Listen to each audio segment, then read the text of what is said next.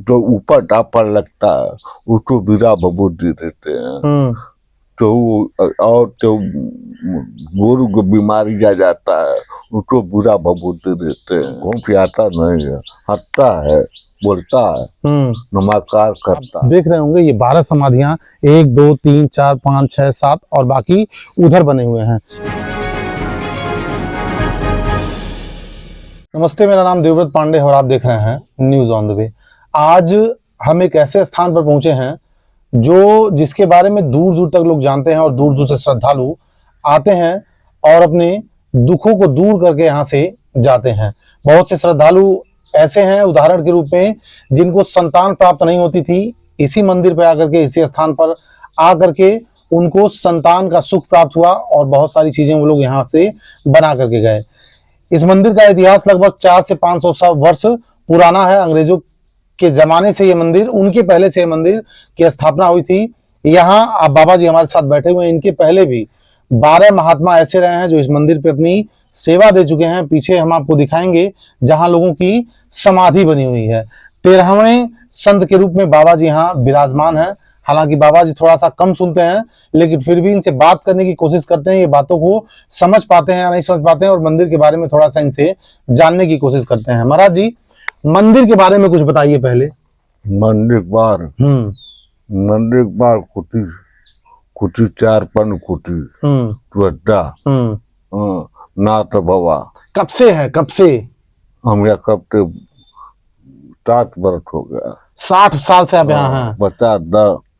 50-60 साल हो गया आप इसी मंदिर पे हैं? 55 में। अच्छा, ये इस चीज के बारे में बताइए महाराज जी, ये क्या है? इनके बाद बबूती पर है। अच्छा, बबूती नागा रही है। हाँ, नागा अखाड़े में थे, चूना अखाड़ा है। हाँ, यह टाटू कुटी। अच्छा, यह महान है। नागालैंड रहते थे आप? ना ही यही। अच्छा, यहीं रहते थे? हाँ, बुढ़ो बाबा रहे। हाँ हाँ, बुढ़ो बाबा तो मर गए तो वही को तेरा रह रही है। अरबर की तेरा, माया की नाथ, अरबर की तेरा है, कुटी है, पुरवारी है, पूजा करके बचाते हैं। सेवा सरकार है, कोई आता है सेवा सरकार सबको भलाई करते हैं। अच्छा, देखिए महाराज जी बहुत ही भोले भाले हैं और ये महाराज जी का भभूति स्थल है। यहाँ से उदी भक्तों को देते हैं, जो भी समस्या, जो भी परेशानी उनको रहती है, यहाँ से महाराज जी भभूति वगैरह देते हैं और उनसे उनकी समस्याएं दूर होती हैं। पीछे हनुमान जी का मंदिर है, ये कृष्ण भगवान का झूला है। आप दांत वात भिजाते हैं महाराज जी? दांत डांटते हैं, ठीक हो जाता है? मरी आ जाता है तो बबूती देता है, सामने ना तो ना चमारी हो जाता है, तो ऊपर टापर लगता है उसको बीरा बबूती देते हैं। तो और तो गोरू को बीमारी जा जाता है उसको बुरा बबूती देते हैं। लड़का को बीमारी पड़ जाता है उसको बना बबूती देते हैं। उनका बबूती का धोरी ठीक हो जाते हैं लोग, निकलते थे। भीम घूम के आता नहीं है, हंसता है, बोलता है, नमस्कार करता है। अच्छा, वो कल्याण को जाओ तुम। भूत होते हैं, भूत? हाँ, भूत हाँ, भूत है आएगा तो भूत को बबूती बिरा दे देते हैं, भाग जाएगा। बिरा बबूती को 2 बार 1 बार आ जाता है, वो देख लेता था, जान नागाव पूछ लेता है, नागाव बताओ, तो आदमी बता देता है, उससे हो जाता है। अच्छा, तो मिर्गी आता है झटका बीमारी, तो गरीब बूटी उठा के देते हैं, वो पीछे का खुर हकता है वो तो बबूती का दवाई करके दे देते हैं, ठीक हो जाता है। गरीब बूटी खोदते हैं, जाग दे देते हैं। जिसका विश्वास रहता तो आता है, नहीं विश्वास जाओ डॉक्टर देखो। अच्छा, आपको बता दें गोरखपुर मुख्यालय से लगभग 20 से 22 किलोमीटर की दूरी पे जब आप डोरपाट चौराहे पे पहुंचेंगे राष्ट्रीय राजमार्ग 24 से, तो वहां से उत्तर दिशा की ओर 4 पानी सोड्डा है। 4 पानी सोड्डा में ही महाराज की कुटी है और लगभग महाराज जी 60 वर्षों से यहाँ सेवा दे रहे हैं। 50 से 60 वर्ष महाराज जी ने बताया है। महाराज जी के पहले 12 संत साधु महात्मा जो लोग यहाँ सेवा दे चुके हैं, उन लोगों की समाधि भी बनी है। मैं कहूंगा जरा सा पीछे दिखाएं, ये 12 समाधियां संतों की बनी हुई हैं जो यहाँ भगवान की सेवा कर चुके हैं और लोगों की सुख शांति के लिए यहाँ ईश्वर की प्रार्थना करते हैं। महाराज जी का कहना है कि जो भी भूत प्रेत या टोना टोटका जो भी किसी के ऊपर रहता है, जो यहाँ एक बार आता है तो 1 से 2 बार उनको यहाँ आना पड़ता है, फिर उनकी समस्याएं दूर हो जाती हैं।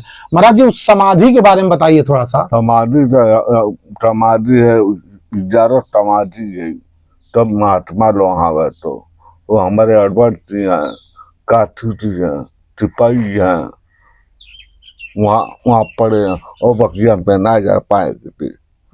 और मायानाथ हैं, बैठे पड़े हैं, और उनका तेवत है, उनको भगवान का पुजारी है।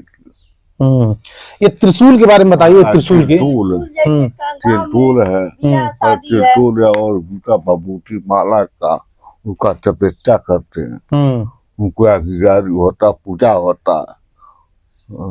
कोई भगवान के जग पड़ेगा, एक त्रिशूल एक बबूती नहीं जाता है और चूल्हा पर गिर जाता है और खाना बनाता, सब जनता लोग खाता, पानी पीते हैं, उनमें कमी नहीं पड़ता है। अच्छा, हाँ, काम पूरा हो जाता है, फिर टूटूला पहुंचा देता है। अच्छा, देखिए ये तमाम त्रिशूल आपको यहाँ दिख रहे होंगे सामने, ये कुछ त्रिशूल लगे हुए हैं।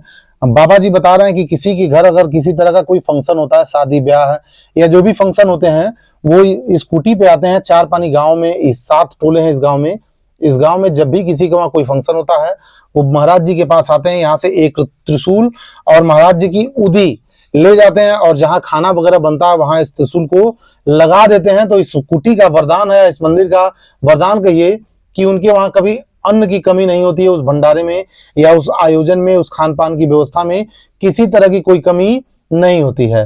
लगभग 60 वर्षों से महाराज जी यहाँ सेवा दे रहे हैं। महाराज जी से हम और बात करते, लेकिन महाराज जी थोड़ा सा सुनने की समस्या है, उतनी बातें महाराज जी समझ नहीं पा रहे हैं। इनकी मशीन लगी हुई थी लेकिन वो खराब हो चुकी है। फिर एक बार आप महाराज जी से हम आप लोगों को रूबरू जरूर कराएंगे। अब आपको थोड़ा सा बाहर का दृश्य दिखाते हैं।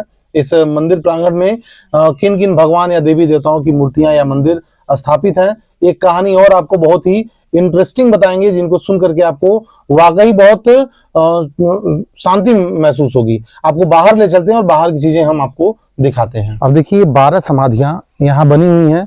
ये 12 संत इस मंदिर पे अपनी सेवा दे चुके हैं।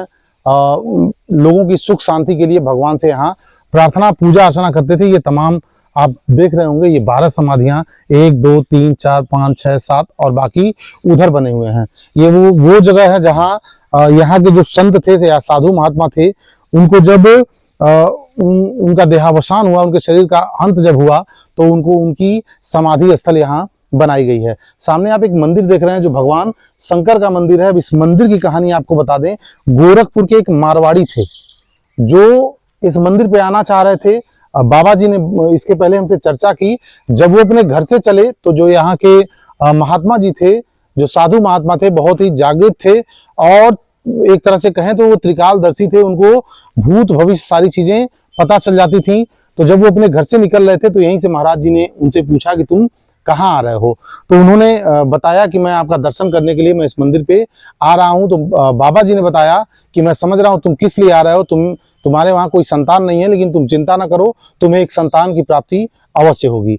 वो यहाँ आए, महाराज जी से मिल करके गए, उनको वास्तव में एक संतान की प्राप्ति हुई और संतान प्राप्ति के बाद आप ये मंदिर देख सकते हैं, वो महाराज जी से मिले और यहाँ एक मंदिर का निर्माण किए।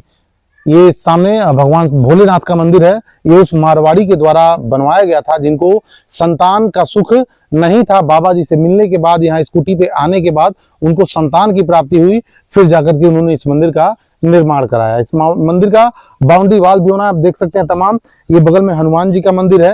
ये बुढ़िया माता का भी मंदिर यहाँ पे स्थित है। ये सामने देख रहे हैं बुढ़िया माता का मंदिर स्थित है।